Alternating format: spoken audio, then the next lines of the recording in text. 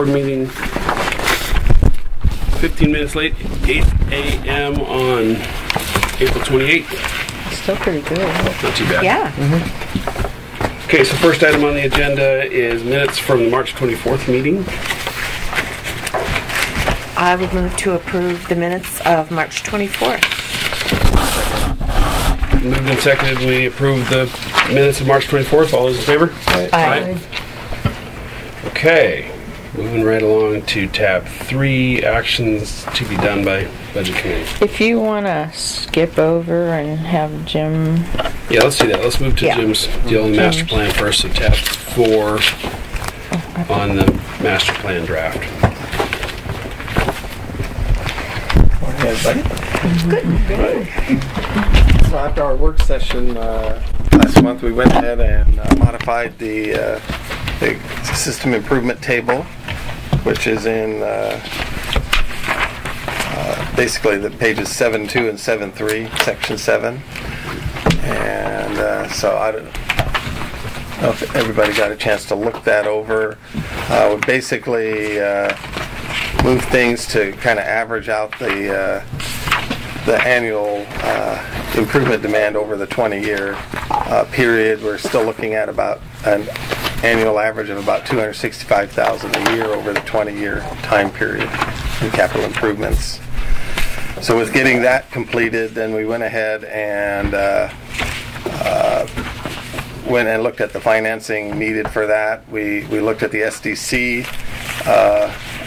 program and where we're at with it currently and where it would need to go with the improvements. And you can see this is on page 8-5, and we have about a $4,500 per ERU SDC currently, and this increases that to about $7,400 per ERU, and so that's a pretty significant jump in that item. We have a calculation of that back in the appendix, in Appendix D, where we go through and show how we've calculated those, the reimbursement fee based on the total assets in the system, trying to follow the methodology that was established in 2006 by the board, and then the improvement fee portion on the back of that appendix page. So about $1,900 in reimbursement and $5,500 in improvement fee. And then on the last page of the financing section, we go ahead and estimate the rate increase required to accommodate the capital improvement plan. We've got about $6.4 million. It's on page 8-6. 8-6. Thank you. And in there, about $6.4 million CIP. About $1.2 million of it is SDC eligible. The remainder would need to be funded by rates, which is about $5.2 million. Ends up about $265,000 a year over the 20-year time period. From your current budget, we pulled out, it looked like you had about $91,000 allocated in there, $51,000 for the cross connection program, and about $40,000 for capital outlay. So we basically said you've already got some money in your current budget to fund some of the capital improvements that we have in the prior chapter. So we subtracted that out and came with an annual need of about $175,000. And with 1,352 services, that's about a little over $20 per service to accommodate that. I had a concern when we're looking at accomplishing everything over a 20-year plan. I didn't see that we planned for a inflationary rate, because what we pay for in year 5 is not going to be the same. Right. This is all in today's dollars. Right. And you would typically go, the next step is typically to, take the capital improvements the way they've been allocated in priority. Mm-hmm. And I think early on, it's less annual expenditure than later on in the program. And then, so typically we would recommend that a rate study be done where all of those things like inflation gets included, and you try and figure out the timing of rate increases to basically match the improvement need as you move forward. Because I feel like historically we didn't factor in enough inflation, and so we were saving for our piping, and right. in 6 months we couldn't afford it. Right, and that's always a tricky one. On the SDC portion, we do have an automatic inflationary increase. It's not to say that it's always the right amount. We use a engineering news record index, which in some years is fine, and in other years it's when we had that real boom in construction, it was underestimating basically the true cost of construction. But those types of things, while it's built into the SDC doesn't really cover 70 or 80% of your improvements, and so you do need to factor that inflation into as you're looking at your rate increases moving forward.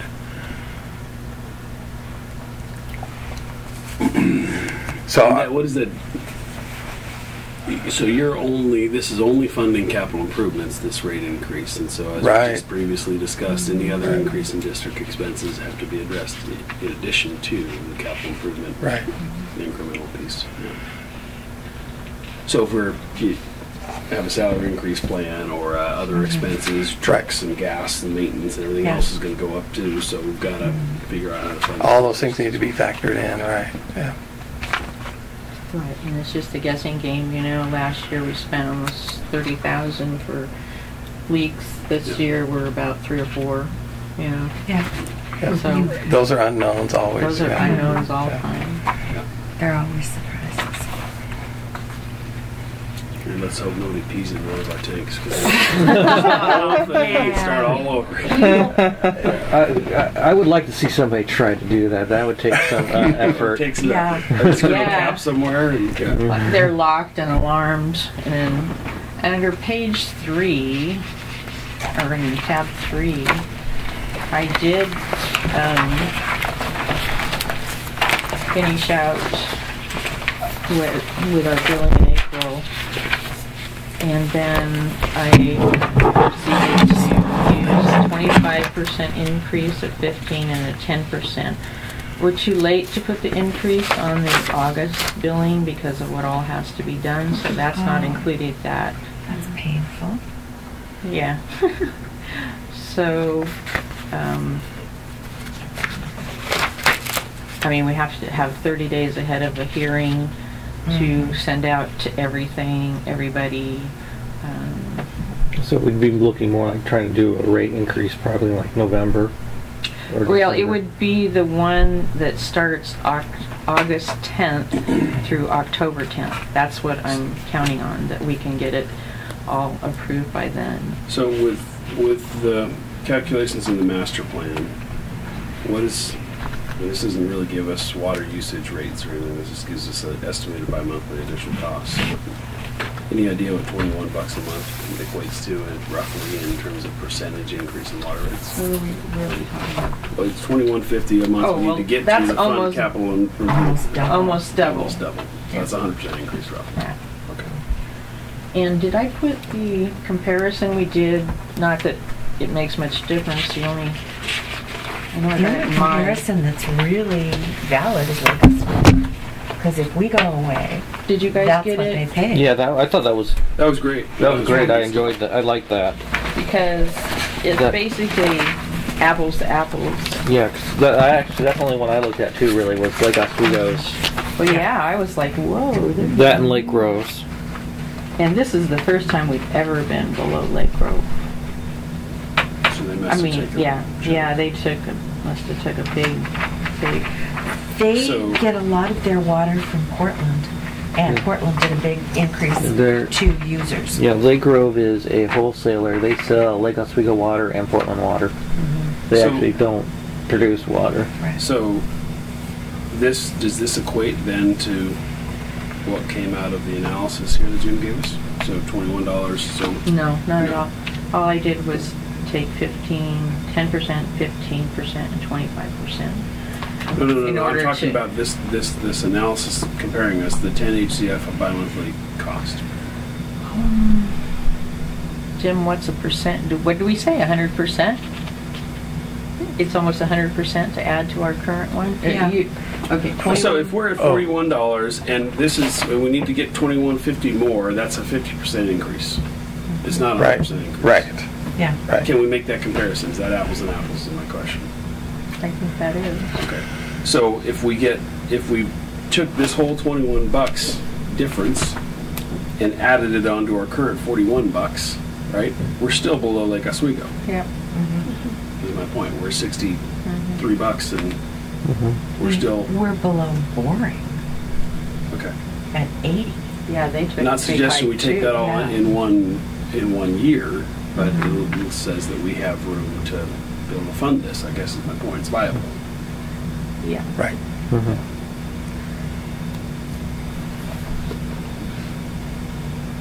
Yeah, if doing the math put us over the top of Portland's usurious rates, then I'd say we might as well just shut the doors and put the for sale sign out there and call it LO, right? Yeah. Or even if it goes over LO's rate. You know. Yeah. At that point, They're kind of like, why don't we just go to LO?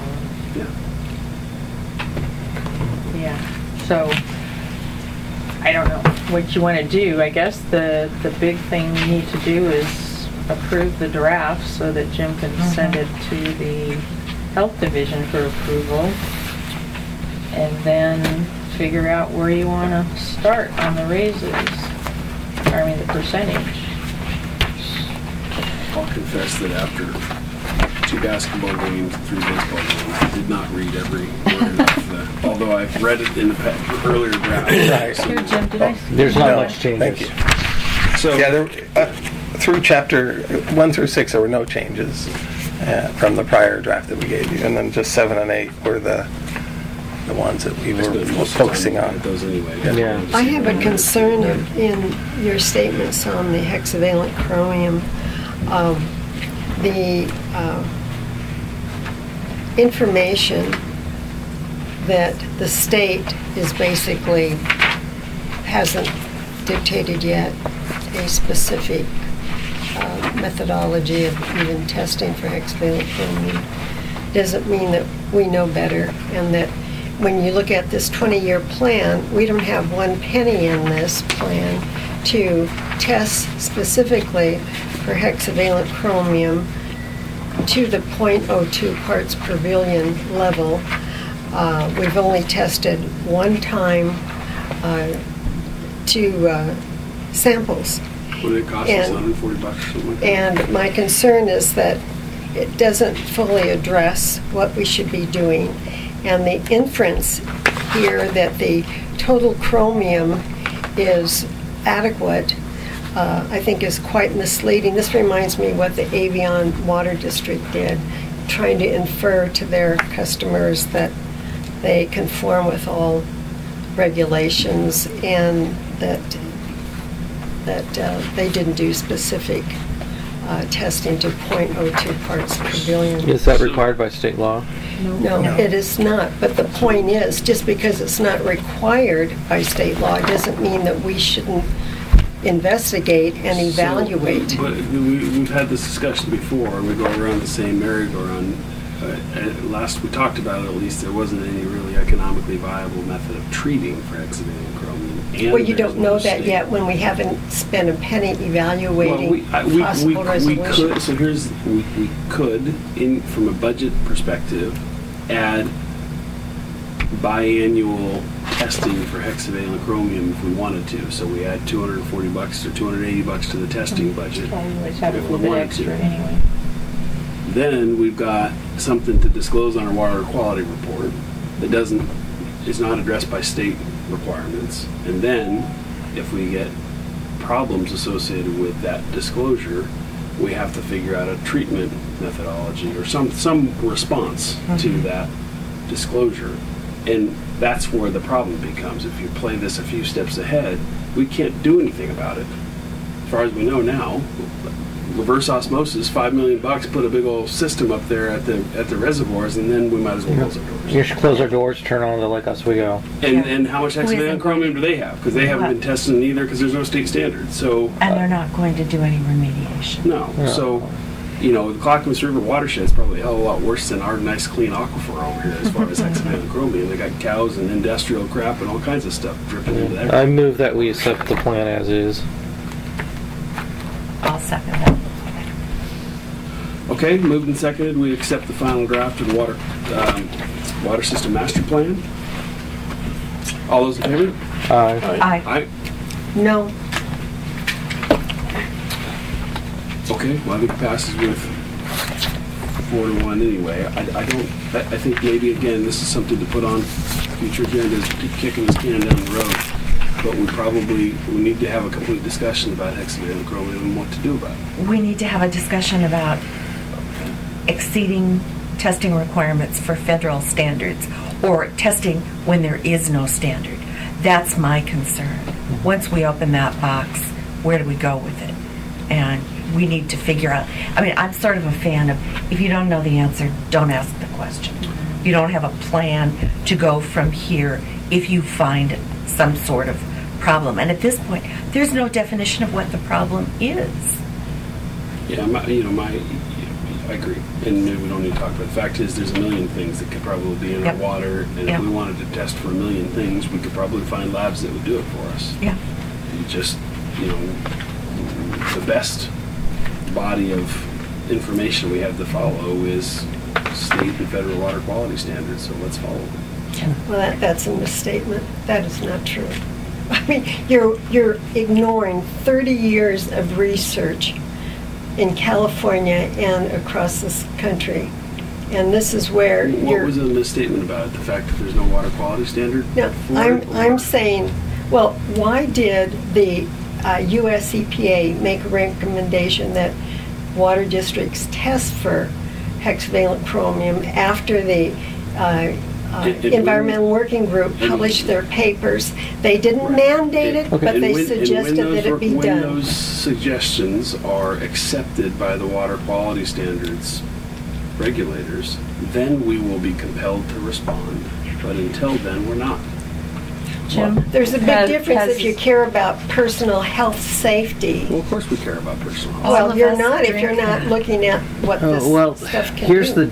the deal, and this is where I'm coming from, is we have a requirement, and this, by the state, to do this.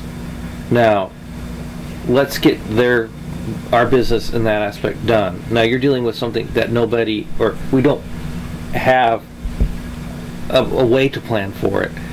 And this right now, if we're going to exceed state and federal standings, this is a policy question. Are we going to do this? And if we are, what is our policy? I'm not saying we shouldn't do it. I'm just saying we shouldn't include it in this. I think we need to sit down. We need to talk about it. Find out what really understand the issue, because I have no idea. I'm clueless. I know that's what we need to send to the state. I don't know what hexachromium is. I know it's an industrial byproduct. How would that industrial byproduct get into our aquifer? It's also natural. It's from rock and volcanic soil. So, should we look at it? Yes. But let's develop a policy for it before we even go test for it. I would agree, because anything we test for, we have to disclose in our water quality report. And if we if we don't have a policy behind it, and we keep saying, oh yeah, we've got some hexavalent chromium in the water, people are going to start freaking out. We need to have a response to that before we disclose it. Let's do our due diligence first. Let's develop a policy, which is our job. I've done my due diligence. I've spent a year and a half researching this stuff. I don't know anything about it. That's why I'm saying we need to have a separate meeting. We sit down, we talk about it, we look at the research, and we set up a policy. And determine if we need to set up a policy. Well, and the thing is right now the EPA has mandated how many water systems that are they doing the unregulated? I don't know the numbers, but they basically every 5 years they come up with a new list of unregulated, or every 6 years, and then they have select systems throughout the country that they pick to do the testing on it, So they're in that testing process right now. The result of that testing they will look at and then determine if they have an issue that needs them to push any contaminant forward for adoption and regulation. Can we get on their list as a test case? Do we want to? They just randomly pick. They randomly pick, and it's an exhaustive number of tests that they're doing. It's not just that you can get in for just one item. For the next meeting or for the next sometime in the next couple months, can we actually put this issue on the agenda? Let's do it when we're through the budget cycle because we got a bunch of things to do associated with the budget. So can we? In July? You're talking about This is July meeting, sure. developing a policy on how we would go about testing for unregulated contaminants. Right, and how we have a response, because this is bigger than just what you're concerned about. I want everything that we made. Let's go find some magic chemical we don't know about, see if it's in there, and if it's cancerous and whatnot. We just want to make sure. So I just want to have there'll be more coming down the pike, so we need to be. And I think Chris is right. It's an unregulated contaminant policy, and how do we want to address them? Because there'll be a new one in the news next year. I don't want one chemical. Don't want one chemical. I want big everything. DJ and I attended the emerging contaminant issue seminar. And so they're coming up with a lot of different things, not just this hexavalent chromium. So you might have some materials that you can so let's provide. Create a larger process, a larger policy. So something that will deal with let's get back on track here. Other unidentified. We got through the master plan draft. Is there anything else we need Jim for specifically? Rate review. So do we want to do that, or do we want to just say let's let's back up to the budget one and have the discussion on the rate review. That's tab 3. Tab 3. Now, Clackamas River Water just did a rate review with FCS, and this is kind of the work that how they do it when the thing is at the end of the thing. But I can just pass it around. It's a PowerPoint presentation, but they give several scenarios on how to raise the rates. But again, we're talking if you want to do FCS, which it's where Don Gaynor was. You remember Don Gaynor? Yeah, Don. Yeah. He's no longer, he's retired, but they told me just a ballpark figure was $17,000 to $18,000 to do a rate review. And OAW, when they gave us information before, it was $12,000. So. Well, I have a comment in terms of just considering a rate increase. Historically, we've looked at things and then we pass a number. I think the downside of having done that way has always put us behind the 8 ball because we didn't factor in a continuum for adjusting to inflation, etc. So that's where I think it's easier in the long run, in order for us to want to be able to accomplish our goal, is to factor in an ongoing, it could be a 2 or 3% annual rate increase. Consider you can choose to do it at one time during the winter when low water usage is in place, or split it up. I don't know. So, would they address a long-term plan in a rate study, OAW or somebody? Yeah, either FCSG or now I've not seen an OAW study in the past, but FCSG has done rate studies on several of our master plans, along with a couple of other consultants that do that type of work, and they typically build in all of those factors. They build in what are you serving. They put that inflation factor into the basic services. They look at the capital plan and try to phase it in, and they're, ultimately the goal is to try to have an annual rate increase that's relatively consistent over time, rather than large increases and jumping. And so, that's I think Sherry's the goal of it. We need to have a longer-term plan, and that's probably the best way to do it. So we kill 2 birds with one stone, and for a rate study, we figure out what we need to do this rate cycle. I mean, this is what the electrical companies do, or gas companies, rather than wait for a 10 or 15% increase, I think it's easier for people to absorb it on an incremental, ongoing basis. How do we fund a rate study? Is that a, what well, we have expense a item line does that come out of? expense item called consultants. So that would be where, I'm not sure if we got enough budget. Consultants, we don't. We got $2,300 left. Or no, we're over budget by $2,300 already. Professional services, $62.20. No, there's a consulting. That is consultants. That's under professional services, $62.20. We already spent twice what we budgeted. No, we budgeted 5,000. We've spent 26.25. Oh, I'm sorry, I read it wrong. So we have 52.5% left. Okay, so we have $23.75 left. Plus, any of these things that have not been used, we haven't used legal or attorney, reimbursable, all these things. So in all, we got $28,000 of professional services fees that use if we needed to. Right. Sounds like we have the money for it. Is that what I'm hearing? Yeah. You want me to do an RFP and get out? Do we have to do it through an RFP? RFP for, I don't think for For professional. that value, you could ask for, a proposal from quote. one or two different Sole people if you source. wanted Yeah. it. Yeah, it's Right. what, it's Your less than choice. 6,000. Is that what it is? No, it's less than that.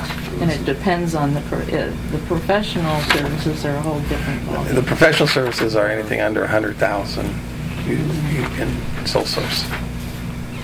Oh, Well, so do you have a recommendation between OAWU and CBU? Well, we've worked with the FCSG on several different projects. I've not worked with OAWU before, so I don't have a feel for that. neither. We've worked with them They should have on data. free stuff. Yeah. But we haven't worked on a pay. Oh, I take that back. We did work with them on reduction of the SOCs. did you have in mind that they would not only look at rate increases, but also the Bancrofting and all the other methodologies? I don't know. Okay. I really don't. I was just concerned about the Bancrofting because what was not stated in there is that Bancrofting, if you have a Bancroft lien, it always becomes in the first position. And this is why a lot of banks will object to it, because if they have a mortgage on a property, they don't want to be displaced in their Well, first position.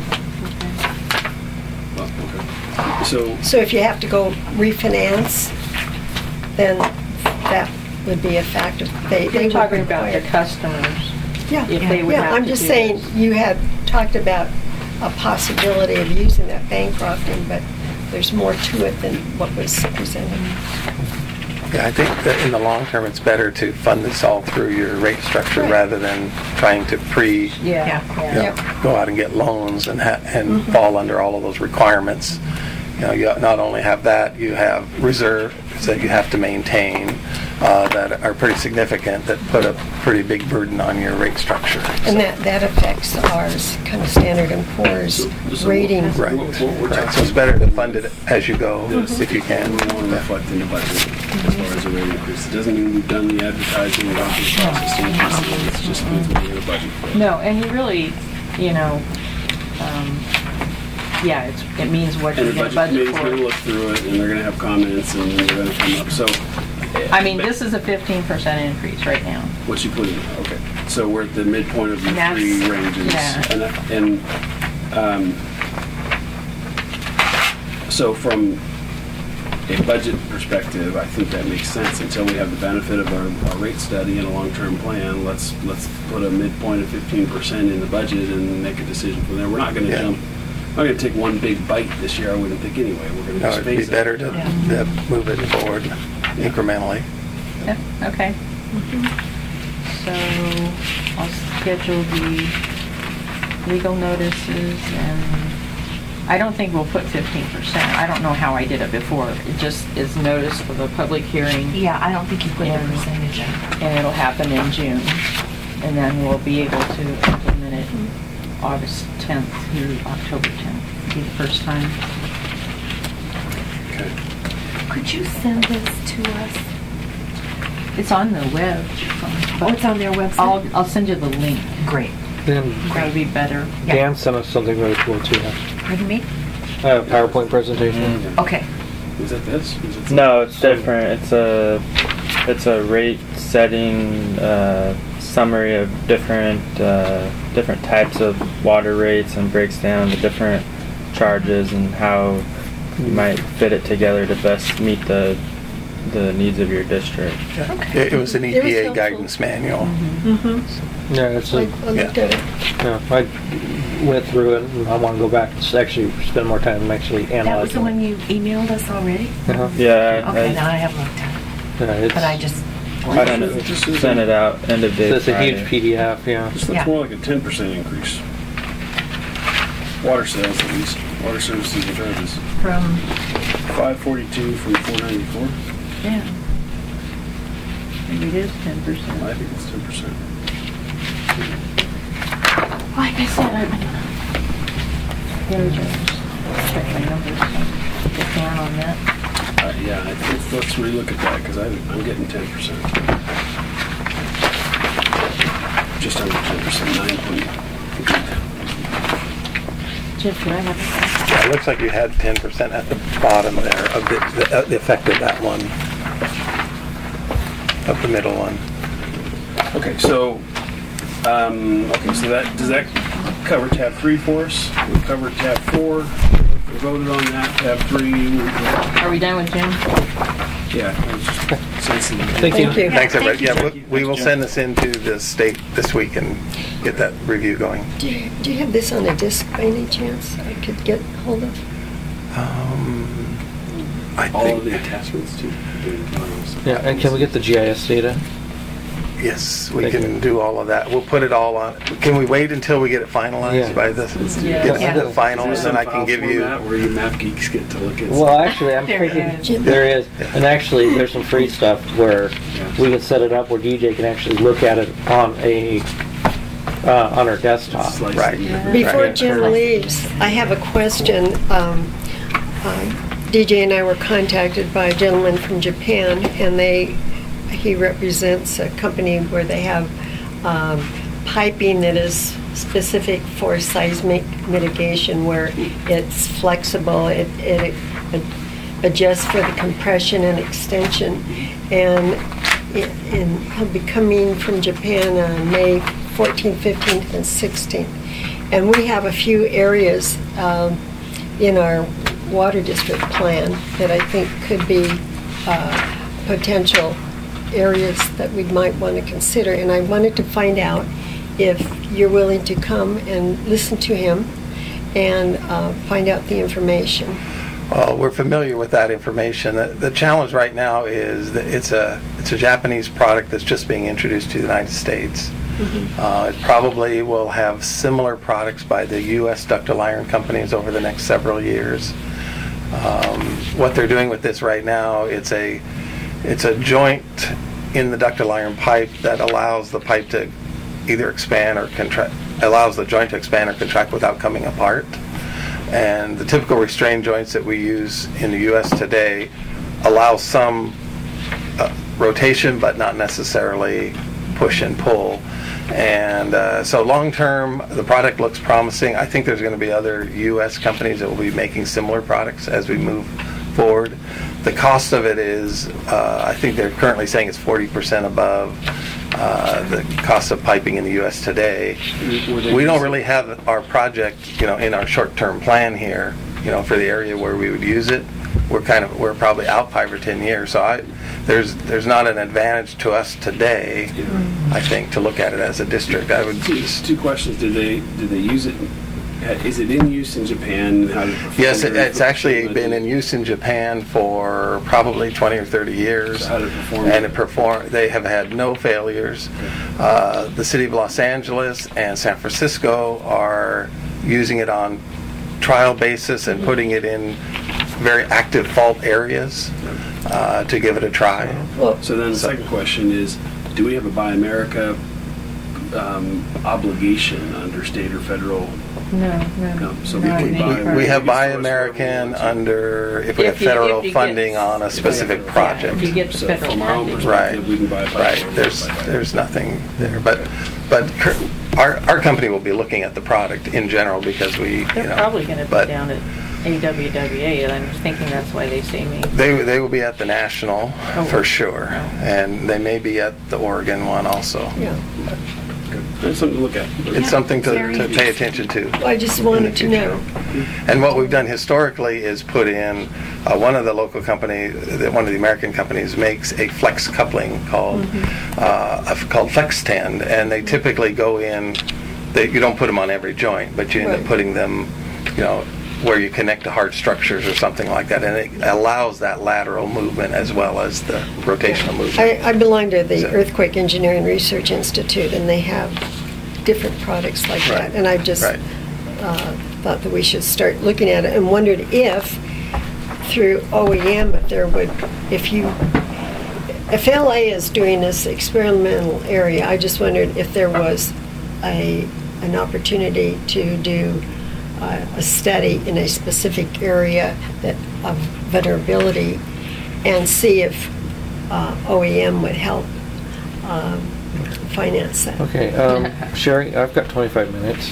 So then you bring up a very good point. I really want to hear more about it. It sounds pretty cool. But can we get through the rest of these tabs? Yeah, let's go. So are we through tab 3, budget report? We don't have anything to vote on. Thanks, Jim. Thank you, Jim. So we're good, right? No, you need to approve the budget committee. Okay. The appointment. So appointed recommendations for appointments are Peter Clayton, who's done it for several years. Brian Garrett's also Rich Revem. Who's going to be the chair? Is Rich going to chair it? I don't know. They have to appoint their own chair. Yeah, they have to appoint. So everybody's frequent flyers except Jim Johnson, right? And Jim Johnson's pretty cool. Oh, Jim Johnson is He's great, yeah. So any comment, discussion on those 5 recommended committee positions? No, I think they're great. I do too. So move to appoint. Move to appoint the budget committee Seconded. as outlined. It's been moved and seconded to appoint the outline budget committee. All those in favor? Aye. Okay. Okay, and then you need to vote on the personnel compensation decision as you talked about. Okay, so we talked about a $21 or $22, get up to $21 or $22 for Dan and pay his family health insurance. And we talked about a 10% increase for DJ. The memo actually says more than that, but I think we've kind of leveled ourselves out at 10. So do we have any suggestions that we can, does anybody want to make a motion within those numbers?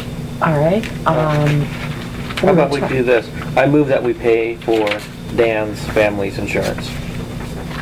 Okay, let's take that motion. I'll second that. Moving second, we play for Dan's family's insurance. All those in favor? Aye. Okay, that passes. Thank you for segregating. Now let's talk about Dan's compensation. I move that we pay him $21 an hour. I'd second that. Is that effective May 1st? Effective May 1st. Okay. And your second is work for the same May 1st period. Yep, that works for me. Any discussion? Yes, I think it's not enough. I think it should be 22. An amended motion. We're already nickel and diming them. So are you amending the motion? I don't know, I can't amend it. Only the maker of the motion can amend it. No, you can amend it if somebody seconds then. Okay, I move that we amend the motion to identify $22 an hour. I second that. Feeling good. Motion as amended. Okay, motion as amended, $22 an hour for Dan effective May 1st. You have Yes. to get his approval and my approval, and then we Okay. go with it. Approve. It's You up to made the him. motion? He's got to make that. I so moved. Okay. Okay, I'm fine with it. You're fine with it? 22. Okay. We have a motion on the table. It's been moved and seconded for $22 an hour effective May 1st for Dan. All those in favor? Aye. Aye. Okay. Man. All right. Congratulations on your pay raise. Yeah, you better stick around. Yeah, you go to Vegas or Yeah. Hawaii, right? Now, he's got a new house and a new baby. It comes with a lot of appreciation for the hard work. Yes. Yeah. Yeah, thank you. You deserved it. Great job. Thank you. All right, so now let's move on to DJ and Rick. Yeah. I was just say, don't forget us. Oh, I gotta go. Yeah, time to get out of here. Okay, so we talked about, to put it into buckets, a 2.8% COLA, and that would be effective with May 1st. No, we want one retroactive. We want retro to, well, the memo says retro to July. Okay. July July. 2.8. Okay, let's address that one first in its own motion. Okay? I move that we pay Rick and DJ a 2.8% COLA retroactive to July 1st, 2013. I would second and that. paid in one lump sum. And paid in Yeah. one lump sum. Yeah. I second. Okay, moved and seconded that we retroactively provide a cost of living increase to Rick and DJ at 2.8% to July 1st, 2013. All those in favor? Aye. Okay. Now let's talk about increase effective somewhere in between there. The DJ's memo says 2.8, an additional 2.8 after July 1 to 14, and then 7.5% at anniversaries, which for DJ would be in July and for Rick would be in October. Is that what you're suggesting with this? Or the alternative is, we also talked about 10% just now-ish, so May 1st or Well, something. July 1. July 1. July 1. July 1. So that would be including well, one, I want to do it this way, so he gets the COLA.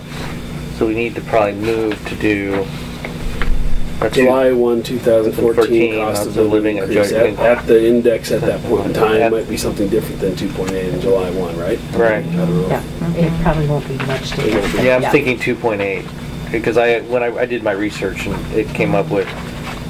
I went and hit the. You guys are taking this back to Clackamas County, aren't you? You're going to go. The Rivergrove Water District is doing COLA. No, actually, I'm getting like a 2.6. Right. So but that's besides the point, and that was contracted a long time ago. So.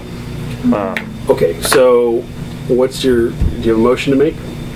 I move that the our employees get 2.8% cost of living adjustment in July 1st. Second. July 1st, 2014. In addition to the one we already. Yes. Yeah. Okay, that's been moved and seconded. Cost of living increase, an additional cost of living increase of 2.8% on July 1st, 2014. Any discussion or amendments? Nope. All those in favor? Aye. Okay, now they're up to market on July, or at least up to cost of living. I mean, that's not market. Now what do we want to do for merit or market increases? Any suggestions? DJ has asked for 7.5% at their anniversaries. I move for 5%. At anniversary? At At anniversary. July 1st. At anniversary. What'd you say? 5%? Mm-hmm.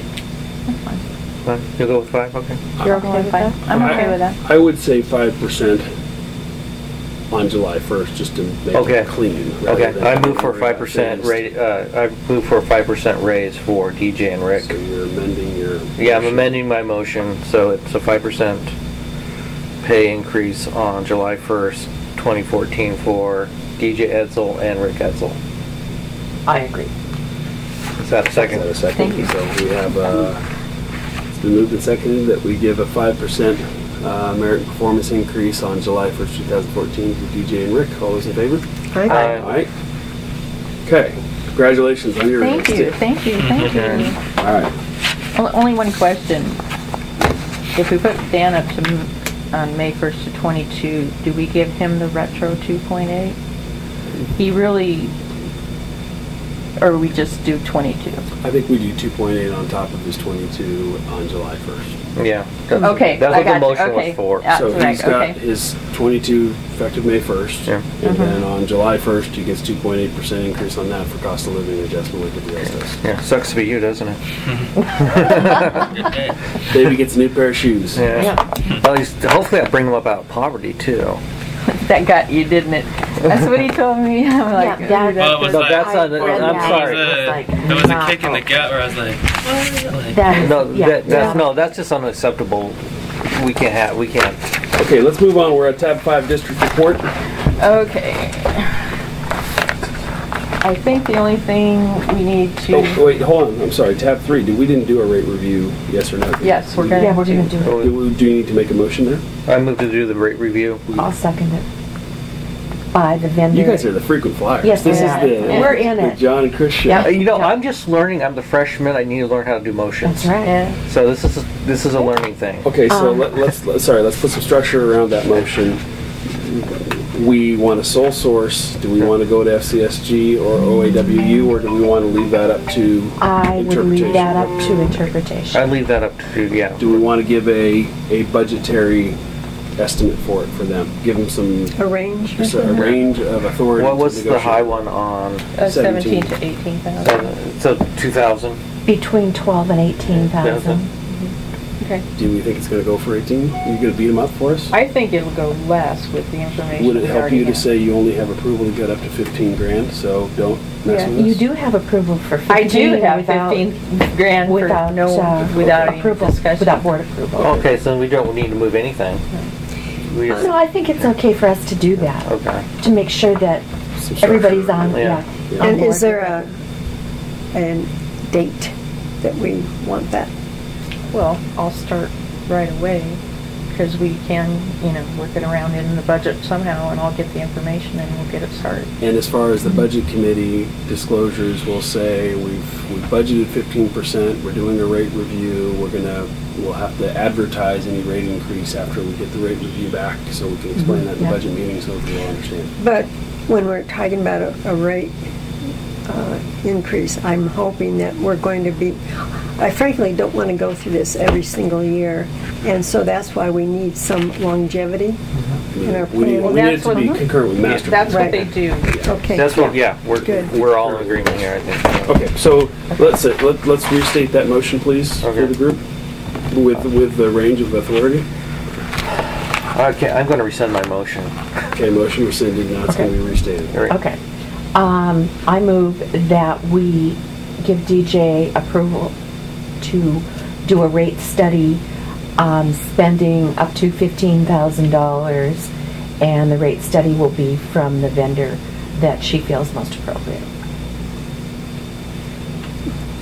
Second? Moved and seconded that we give DJ authority to sole source a rate study to the vendor of her choice for up to $15,000. All those in favor? Aye. Okay, good, so that one's done.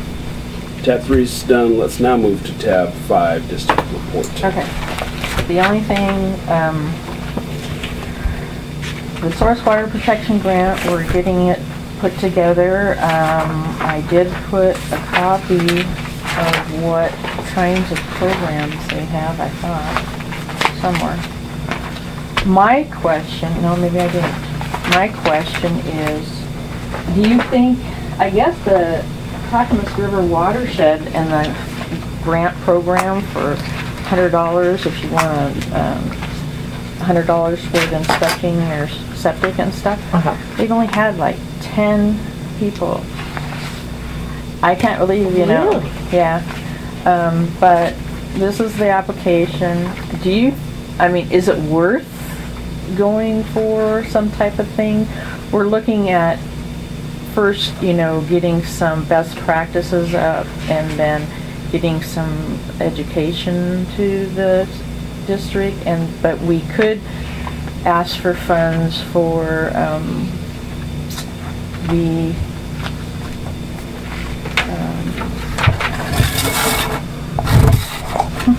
like the septic program that Clackamas River, but are people going to be interested in getting $100 to get their septic inspected and up to $1,000 for repair of their septic in our district? What's everybody's thoughts? Boy, there are a bunch of possibilities. Let's see, we have what, 1,400 connections about? Just about. So we have about 1,400 septic systems. Probably about 800. Yeah, we've got it. Yeah. Here's she had a better map of the system, and this is ours, and we're thinking this is Mossy Bray, and these are just little ones. Yeah. What's this javelin range here? That's, I think that's their time of travel. Yeah, Mossy Bray. Yeah. Do they put on a program to educate people on the maintenance? Because there's no minimum requirement for that's part of the things that Clackamas River Water is doing workshops. I just want to know if you want me to go ahead with it, and at that point. What are these two ones? They're just private water systems, and they don't go out and do a whole big study on them, so they just draw them in little circles. Yeah, there's that Mossy Bray, that's Shadow Does the Wood. church have their own? Yeah, we do. And then these are just agricultural That's areas. school. DJ, we don't have to. We have to turn this in by June 6th, so we can talk about this next those two meeting. are This is at 80th Creek. 80th Creek because and I Stafford I would Elementary. like to actually read the documentation on it before I make a You decision. want to Which read is the routine. application? Yeah. It's just They've got big. That's fine with me. Guys, we I could- just won't get started on it It's like the school until district May The thing 27th. is, too, is everybody in my neighborhood has a septic system. So if I can go, if I can go talk to someone, knock on the door, and say, "Hey, would you be interested in this?" Well, it would be No, something, actually, and Chris, you Dad- could ask at the Rosewood Association too. About doing a septic? Yeah, because I think Yeah. I think I could see DJ getting started on this, but if we actually do it or not, Yeah. I would like to actually get a feel of how many people in the district would actually do it. That would be a good idea. Because we're dealing with a pretty educated group of residents, and if they Yes. know that they have this opportunity, I mean, I would take it. I would do. Yeah. Yeah, I would. Yeah, I mean- think a lot of people would. Yeah, I mean, my septic system's 50 years old. I've had a Ours pump. is slightly behind that, but not much. So I wouldn't, but if my neighbors would, they do it, and that's what I want to know, Yeah. and if they knew about it. Yeah, Yeah. it doesn't make sense to put a whole lot of work into it until Yeah. we know because like I said, there was in the whole program from Clackamas River Water, 10 people have just put in Yeah. there. That's not much. But we're talking an area though where we have septic systems that are on average 50 years old. Yeah.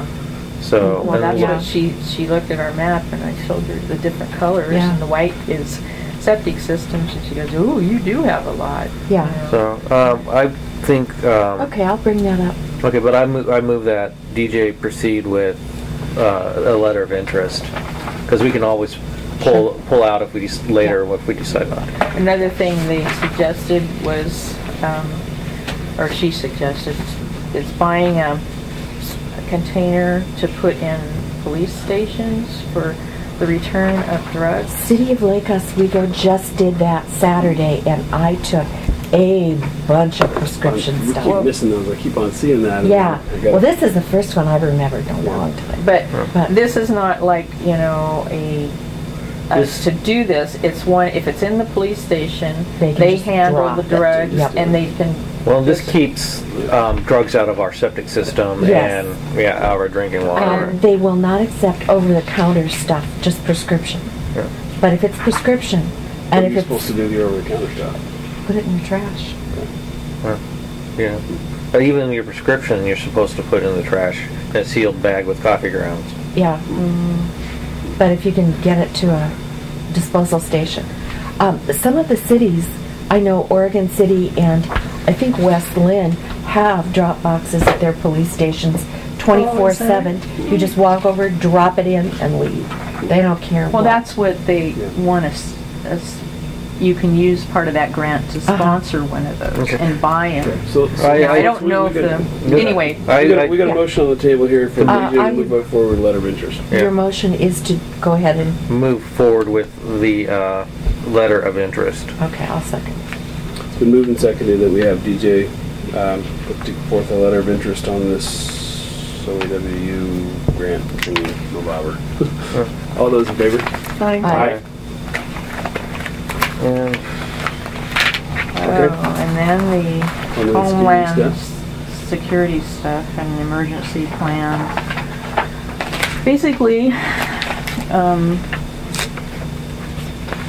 this is, and I know you have, one thing maybe we better do is Special Districts has a thing that we need to sign in order to still get insurance from them and everything. And I didn't put the whole thing in, but I put this. So the board has to approve it. I haven't sent it to the attorney, but I would think they would. They probably wrote it. They probably wrote it, yeah. I was interested in knowing what the cap was in terms of damages. I read the statement. I'm not sure if it's in here. But I will put it for sure. We have another meeting, but I'll put it for sure as a action item next. So do we have to vote on the trust agreement here? Do we have to approve this? You have to approve it, yeah. The word. by when? And that letter said, what was it? June 6th. June 6th, yeah. Oh, no, I'm sorry. I'm looking at the wrong one. I can't find where I put it. I don't think it's 7. Deadlines for sending back the signed resolution to SDIS is June 1st for self-insured people, that's not us. July 1st for, 10-1 for people participating in the property liability program. So we've got until October, I think. Yeah. I think we table this until we get a chance to review I that. agree. Yeah, I'd like to read the agreement before we. Yeah. I can always scan it and send it on to you. That'd be great, thank Does you. that sound right? 10-1? Is what I read right Yeah. there? Okay. We don't do workman's comp, we have to No. save, so, Yeah. yeah. So let's table that until we get a chance to read it. Okay. And as far as the Homeland Security grants and emergency plans and all that, and I put the information on what it takes to, Dawn said, oh, and then we also have this closing report on that accident Kim had. Yep. It's disgusting. Does this affect our rates? I don't know, I haven't, they sent me a, how do you feel about your information and how it was treated, and I let them know what I thought, and, I hope it doesn't, but I don't know if we'll get that longevity credit. It just depends. I didn't know anything about them settling. Last I heard that they hadn't gotten information from her attorney or anything like that, and then I get this and they've settled it. And I'm sure they don't want you going in and saying, oh, well, we don't want to do this, we want to fight it, and blah, blah, blah, and all this. Yeah. So here's what. It might cost more to fight it. That's Yeah. it. Yeah, well, they're recommend, she's closed the claim, right? I mean, if they. What was it, 65,000, I think? 66,000 almost, Yeah. and when we buy insurance, we give them the right to settle claims on our behalf, so they've done that. We don't have settlement authority to say, no, you should fight it. They make the decision, they're managing the pool, and they've already made the decision, so the claim's closed. It's done. Yeah. Oh, Any overall, I guess under the claims, that's Yeah. tab 7, it tells you about eligible projects for the social worker protection. And then it also has the Office of Emergency Management, the NIMS training that's required. Are you a NIMS? I'm NIMS trained. Good, I can run an EOC. good. Is that why you ain't called you a Nimrod? That's what it means, yeah. The training. Nimrod in 1,000 years. It's NIMS rod. You forgot the S. Sorry, yeah. Anyway, I guess that's all the bet. I will continue on and find out what we need to do to Okay, just to give you an idea what NIMS is, or its common operating picture, and what basically it's how you manage a emergency, and it's designed to work with one person all the way up to a full emergency or full situation operation center. Basically, it trains you on how to manage a situation, who's in what position, how each section is managed, how to bring each section online, how to shut each section down. With the district this size, I don't see really us running an emergency operations center. We got 3 people, and 2 of them are in Scappoose. Yeah. But NIMS would work for, like, if we had a major pipe fail. It's you fall in. I mean, it's not just for disaster. It's, you know, how do you Any sort of crisis. Emergency incident. Yeah. So if we have a main breaks, you know, you can use this to work through the. So, are you saying that Rick or DJ or Dan should get certified here? All 3 of them, and at different levels. At different levels. At different. And then you can't even apply for funds until you do that. Yeah, until you become NIMS. Yeah. We have a board member that's already NIMS certified. I'm not fully. I mean, I don't have all this training, but I have I have IS 700, I have IS 200. I don't have IS 700, 100, 200, and 300 is like management. Yeah. So. Okay. Well, so what would a plan be here? This is over a period of time. You can't just take all these right away, right? No. So I guess if you want me to proceed with going that route, that's fine. We still need to update the emergency plan and have one. I was just trying to find out how we could get to that. So, But, so Clackamas County has a emergency response person, Sure. right? So we would participate with the county. I mean, have we? Well, that's, I don't know. I was told by Don when I rode over with him to that you should have a mutual agreement with the county. Absolutely. We definitely, we don't have one. Well, So there would be an incident commander on a major disaster, probably. Right. Well, and we would participate, and we would maybe have an opportunity to do tabletop drills with them and plan possibly. for it. And what's also with mutual aid is, you know, DJ, Rick, and Scappoose. Where do you live? Gresham. How many bridges do you have to cross to get here? A lot. 1. Yeah, at least one. 1 or 2. Yeah. So the county could come in and take over the water district. Yeah. Actually, he's got to cross 3 to get here. He's coming from Gresham. 205. Yeah. He takes it. I go over the Ross Island Bridge. Yeah, but either way, you got to get over that. So basically, mutual aid means if they need to, we can actually hand operation of the water district over to the county until we can retake operations. So then they have to understand how to operate our water district. And they've got Wes, which, given the certain state, that may not be a great thing. But No, it may not. But they know they have. Even taking the fire department's community emergency response training, I think is important because you do learn about the incident command and all these other things. Well, Have you a taken lot of that? it is, my understanding is only what the online, county's given so me. it's not something you have to do. Okay, so we don't have anything that needs to, this is information purposes? Information. Yeah. Just knowing that Thought and process. saying, well, we can get grant money for that, or we can there is a process to And doing. there is time and effort involved in that. And so we need to think about that too, because we don't want you so tied up in paperwork. Well, and I asked, junk. like, even on the grant thing, you know, can we use it for help? You know, and you can use some of those grant money for In a couple hiring minutes. somebody. Okay, so You know, it's like- let's I have to move guess on how to the much agenda. time I Any need. comments on the pump reads? No. No? They're all there for us to view. Tab 7 and 8 are related to emergency response. Wait, 8 is what's tab 8? Co-op membership, or 7. Oh, there's The co-op the membership. thing that we approved has $275 fee. I didn't know that, so And that's what. that's where we could use other equipment in case. No, that's $275 sounds like a bargain to I me. know. Yes, I I know. agree. Just wanted to let you know. That's it. Okay. Okay, so those are all just information on tab 7. Let's move to tab 8.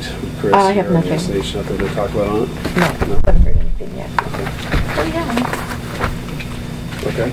I didn't get anything. So we table that I for... sent it to you.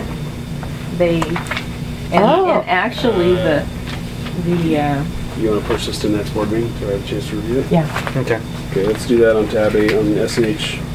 well, they didn't do any good. No, that's Yeah, what. it's going to go to Luba. Yeah. Okay, so we'll talk about it further. Financial report, Bill and Dan? Dan? So in the past month, we had the auditors here, mid-month, and we're here for a couple days. They helped to clean up a couple line items on our balance sheet. There previously was a negative $1,007.25 that it was a journal entry made to offset costs at the end of last fiscal year, so you start in the fresh. I don't know if it was made incorrectly or it was dated incorrectly, so it was showing up on our balance sheet. So that's been taken care of. That wasn't a check written to an internist in Las Vegas? No. No. So, and they were, the reason why I wanted to wait to have them take care of that so that we knew that it was handled in an acceptable manner, because she was also involved in the recommendation of creating that journal entry. So that's taken care of.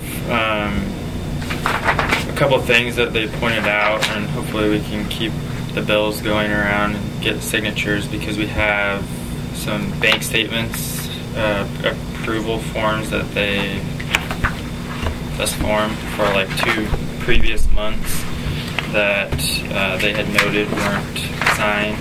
So that's something that's available to remedy today. We had a couple months where when this whole mess was happening, where we kind of deferred it, and they weren't complete or something like that.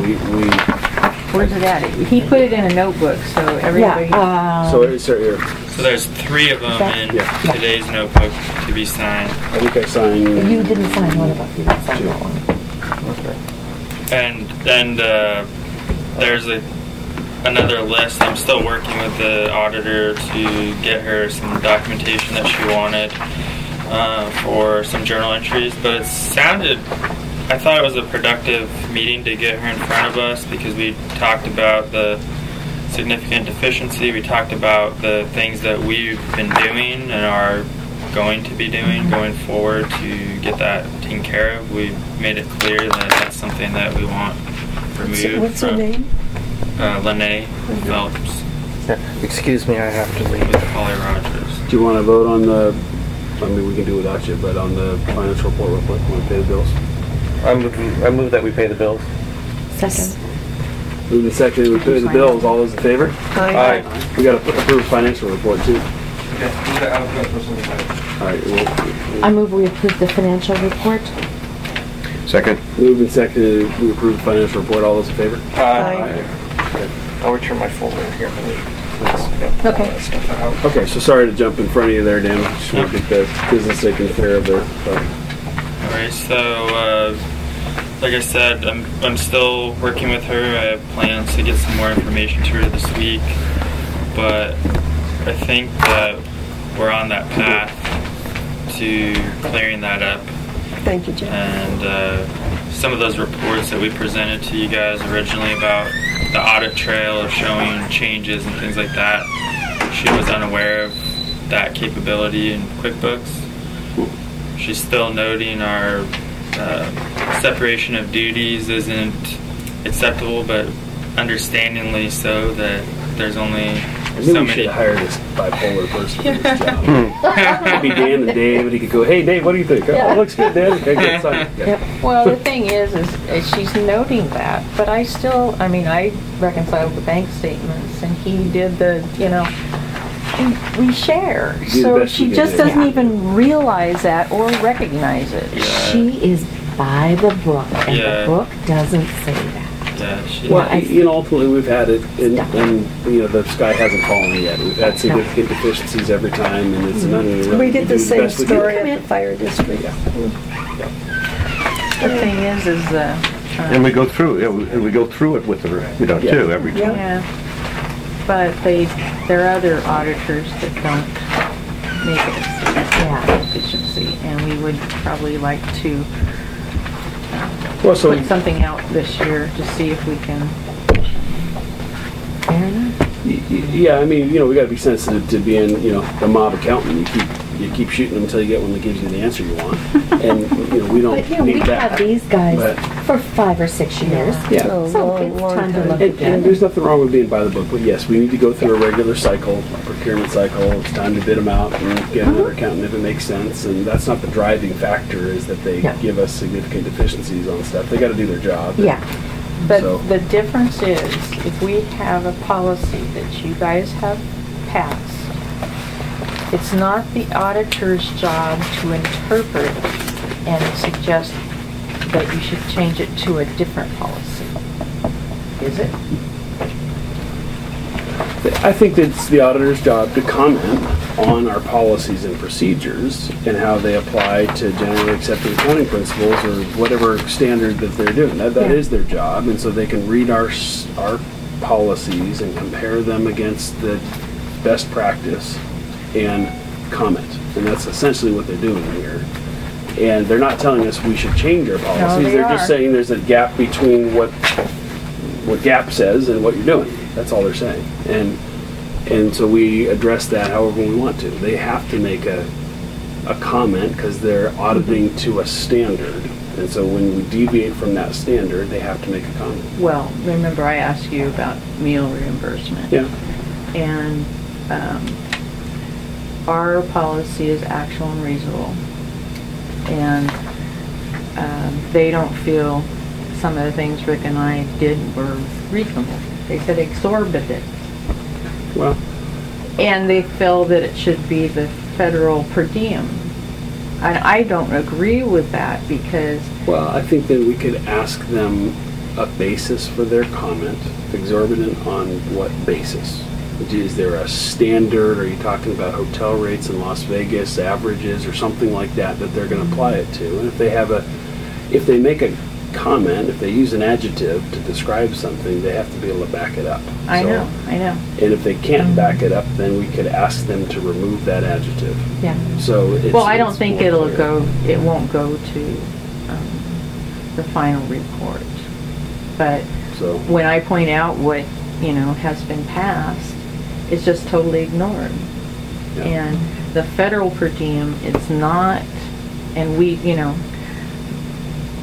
Jerry, we passed it as to what he has for his, and his idea is, sure, you can have a steak for dinner, but don't have two. That's not, Yeah, I mean, we could have caps. We could use per diem. We could have caps. We could say, no alcohol reimbursement, whatever. There's a bunch of things that we could do there, I think. And I've seen. Well, I think we've already got the no alcohol stuff. So we have to have an itemized receipt for any internal, if it's a meal while traveling over $35. So we have to produce an itemized receipt. Is that what you guys do? Yeah. I think it's $35. And if it's a client, if I'm entertaining a client, I think it's $75. I have to have an itemized receipt. Okay. And if you don't have an itemized receipt, that's what the policy says. They won't approve your expenses. Then what? Your expenses don't get approved. You have to supply an itemized receipt or get approval for why you didn't supply it. Okay. So anyway, there's a bunch of different ways to do it. I mean, we could put caps, or we could go per diem, or we could just say. Well, I would. Actual and reason. I mean, it's really should be flip-flop. Reasonable and actual. Yeah. Actual and reasonable. Yeah. So it's first got to be reasonable, and then. Actually reasonable. Yeah. Actually. Then we'll give you the actual if it was then, reasonable. it's just like legal. How do you define a reasonable person? It's subjective. Yeah, it is. Well, and you submit your expenses to the board, I guess. And if the board says you shouldn't have two steaks, then we're only going to pay you for one, I guess. And you're on. Oh well, I'm not saying I'm going to have two steaks. I'm just saying. But that's what I'm saying. The definition of reasonable is based on the board opinion. You look at it and you could have gone to McDonald's, but you went to Ruth's Chris, and so you probably shouldn't give that much. Yeah, and if you go to McDonald's in New York City, it's going to cost you more than McDonald's in, in Scacklers. And that approval is all in real time because it's, you know, you're getting 2 signatures on checks Yeah, and right, people are right, looking right. at invoices. So, I mean, anyone can take a look at it and see what it is and ask the question, what's this for? Which I have just another question because in a week and a half is the Pacific Section AWWA, which Rick and I are going to be doing the contest again with Brian from Forest Grove. Don't know who will win, but what happens then is the team that wins goes to Nationals, and that's in Boston. And I know that there's some money towards it, but not, total reimbursement. And we are going to be close to our, limit on the budget that we have right now. So before that, by the end of Eugene. So do I throw the contest or not? Well, so again, these are all deals where we got to deal with on a case-by-case basis. We have a pot of money that we approved from a budget perspective. We did that because of the policies in place that we care about continuing education, and we think that that's appropriate for our staff to be able to continue to educate themselves. But we can only fund a certain amount. Like same thing we talked about with salaries. We've got only so much money coming in the door, and we can't just say, hey, it's in Timbuktu, go ahead and get a plane ticket. We operate based on a policy for continuing education and a funding mechanism for that amount. So all our decisions have to be made based on those two starting points, right? And if we can afford to go to Boston, we'll go to Boston. If we can't, we can't, right? And to me, it's as simple as that. It's not a value judgment saying we don't want you to ever do top ops and win anything. We want to do that. We can fund it with this much money, and if you blow through the money, then you blow through the money. You can't go anymore. Would everybody agree? I think it's really pretty simple. Where are you on the continuing education money spent? What would the Boston trip be? I have no idea. I don't know how much it costs. I don't know how. When we went to Chicago, they gave us a couple thousand, I think, a piece to go to Chicago. So, yeah, it all depends on whether you can get cheap airfare. Yeah, I have no idea. You won't know until you figure out a date. And it's going to be a big haul to win it. Tacoma got second in the nation last year, and I'm sure they're going to be up there again. So Dan bought 2 bell peppers at Winco. I think he could have bought 1. Bell peppers at what? At Winco Foods in Bend. Oh, yeah. Did you use it all, or was there any waste? I don't know. There might have been some waste. Yeah. Probably. Yeah. Could have saved the seeds. Just kidding. You owe us 68 cents. Yeah. Just kidding. Yeah, I have no idea. And the thing is Nationals is second week in June, I think.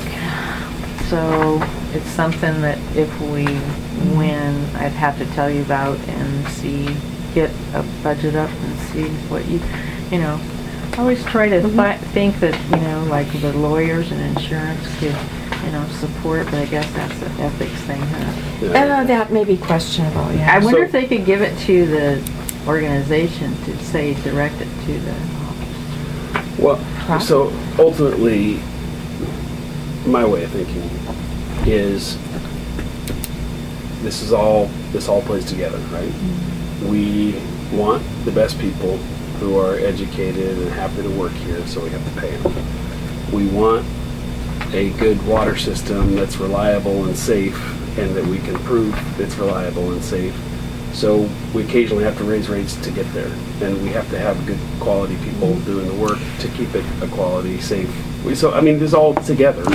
And if we have to get up in front of a rate review and say, we pay for a lot of things that make sense in the board's opinion, and we've won top ops, whatever, X amount of times, and that's because we have really good operators who know how to manage the educational, water system. that is great that you can participate, but when they have these national conferences, they also have some very good continuing education programs. We usually just going to nationals. It's just because it's like almost $1,000 to the national for just the fee to go to the conference. But we just go for the day, 2 days, you know, that the conference is held. I mean, they travel on either end, but but they have like what's really cool, and I've never been through the whole thing, is they had like 3,000 vendors. Wow. It's like you can't even go from one end to the other over the whole time, and I've never gone through the whole thing, you know, and we have access as the operators context to do that. One other statement I make on the whole idea is let's make sure that Dan gets an equal opportunity at education to in his part of the district work to be able to go and educate himself. I'm not saying he's going to get to go to Boston after being here 5 months, but you know, gotta make sure he's up to speed too. That's why I sent him to OFA, and the koozie was very good. That brings up a comment. So as far as the reports that we get out of koozie as of right now, reconciling those against QuickBooks, there's they're not reconciling. The difference is fairly small considering it's a couple $1,000s. And when I was at the koozie meeting and was talking to them, her recommendation was to talk to the auditor about doing just an offset, wipe it, and start fresh on just offsetting that couple thousand and just go forward as trying to seek out the different misclassifications or missed things. I mean, it's like finding needles in a haystack. So that'd be like a charge-off on that. Charge-off. Yeah. And they also have the accounting module that would talk. Yeah, so they offer an accounting module through koozie that I think it's daily. It computes a file that translates with your QuickBooks. They did recommend creating a separate general ledger for all like billing activities versus other district activities that have nothing to do with billing, but they help facilitate that process. And I think that their modules for our size district are $1,000, but I think it's a worthwhile cost given that going forward it should eliminate any chance of that Yeah, because right now they don't communicate. So if you put something in billing or misclassify it there, it doesn't get entered in QuickBooks, and over time you slowly get that inability to reconcile. You guys have approval to make $1,000 expenditure, I think. So if you feel it's prudent, then you should do it. Yeah, I agree. But it was a really good user group meeting, and we were able to communicate some of our concerns with the software as well as other people that are using the software in the Northwest, and they were really receptive to everybody's feedback. And there's going to be a koozie 12.0 coming out later this year that's going to integrate a lot of our ideas and stuff and just be better going forward. Sounds productive. Okay. Sorry, now you got me looking at reasonable expenses.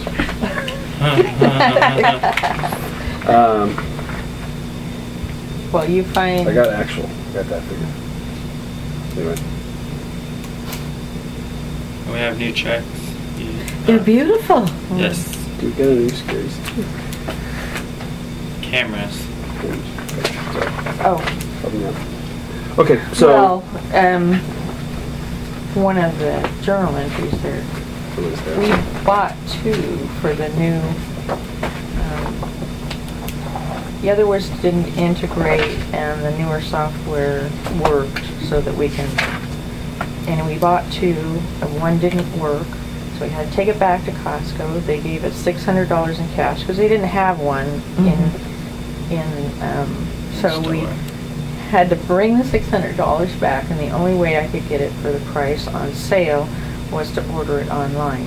So it looked like we got 3, but we didn't. We only got 2 because the $600 came back. And nothing was easy on that.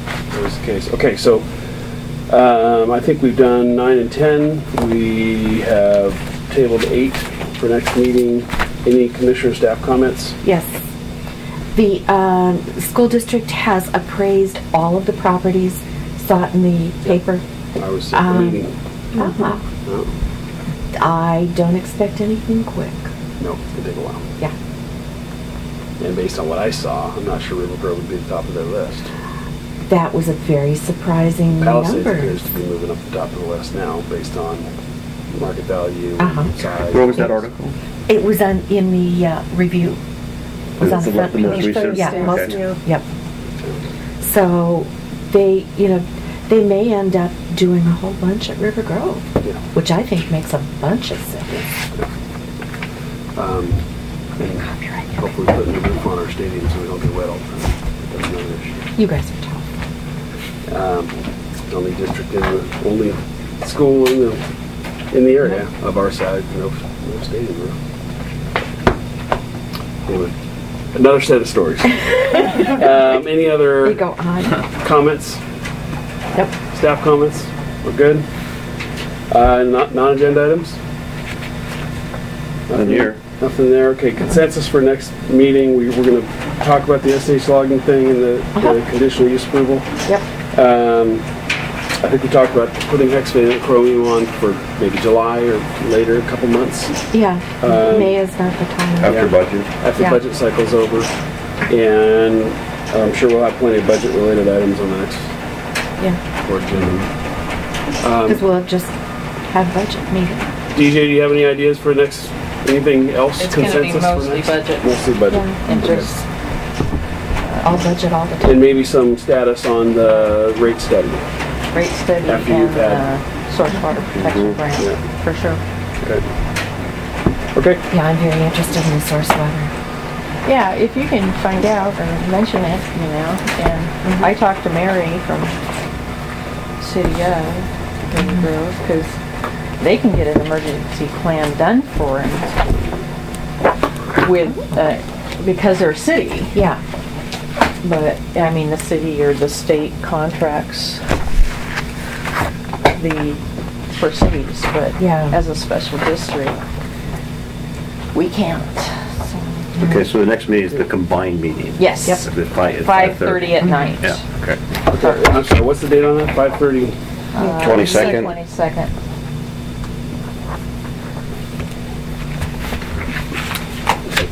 Has Peter gotten back to you? All twisting his arm again. All right, I think we have covered the agenda. I think we can adjourn the meeting at 9:27, 28. And 25 seconds. 25 seconds. All right. Thanks, everybody. Thank you. Good. Thanks for putting